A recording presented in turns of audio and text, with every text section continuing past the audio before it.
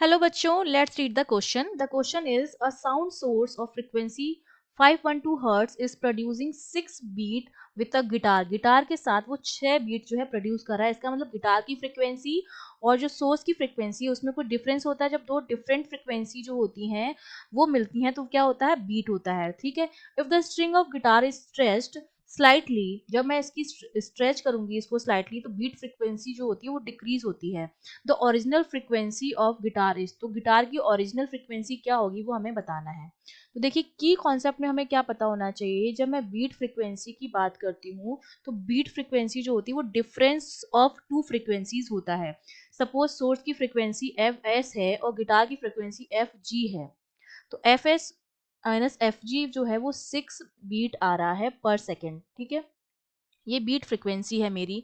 अब ये जो साइन मैंने लगाया है इसका मतलब है, ये वाला जो साइन मैंने लगाया है इसका मतलब है F S minus F G भी हो सकता है और F G minus F S भी हो सकता है. बेसिकली ये क्या होता है, मोड हम लेते हैं F S minus F G का.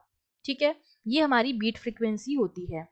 अब अगर मैं यहाँ पर suppose F S minus F G मानूं तो एफ सोर्स की फ्रीक्वेंसी 512 है minus F G equals to 6. तो एफ जी की जो वैल्यू अगर मैं यहाँ से निकालूंगी तो वो दो वैल्यूज आएंगी मेरे पास. ठीक है, अगर मैं यहाँ पर प्लस या माइनस के हिसाब से देखूं तो प्लस माइनस 6 होता है. अगर गिटार की फ्रीक्वेंसी देखूं तो मेरी सोर्स की फ्रीक्वेंसी प्लस माइनस 6 आएगी. ठीक है, यहाँ पर माइनस का साइन ये भी हो सकता है और ये भी पॉसिबल है, तो यहाँ पर मैंने प्लस माइनस 6 कर दिया है. तो अगर मैं प्लस लूँ तब तो कितनी आएगी, 512 प्लस 6 वो मेरी कितनी हो जाती है 518 हर्ट्स. या तो इतनी हो सकती है या मेरी 512 माइनस 6 जो मेरी 506 हर्ट्स भी हो सकती है. अब हमें देखना है कि कौन सा ऑप्शन जो होगा करेक्ट होगा. हमसे कहा जा रहा है कि जब मैं स्ट्रेच करती हूँ तो इसकी बीट फ्रिक्वेंसी जो है वो डिक्रीज हो रही है.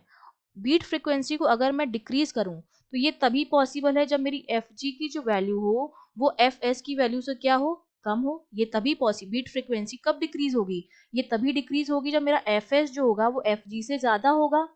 ठीक है, और एफ एस एफ जी से ज्यादा कब होगा, जब हम उसको सब्ट्रैक्ट करेंगे, क्योंकि ये जो 518 है वो तो 512 से ज्यादा आ रहा है, तो ये वाला केस तो पॉसिबल ही नहीं है. इसका मतलब जो गिटार की जो फ्रीक्वेंसी होगी एफ जी वो मेरी कितनी होगी, 506 हर्ट्स होगी.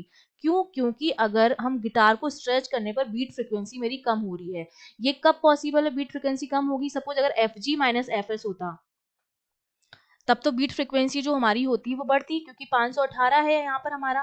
तो इसको कम करने के लिए ये तभी पॉसिबल है जब मेरा ये वाला सिचुएशन होगा, जब सोर्स की फ्रीक्वेंसी जो होगी वो गिटार की फ्रीक्वेंसी से ज्यादा हो, तब मेरी बीट फ्रीक्वेंसी जो होगी वो क्या होगी, कम होगी. इसका मतलब गिटार की जो फ्रीक्वेंसी होगी वो कितनी होगी, 506 हर्ट्स होगी. ठीक है, I hope you understood well. All the best.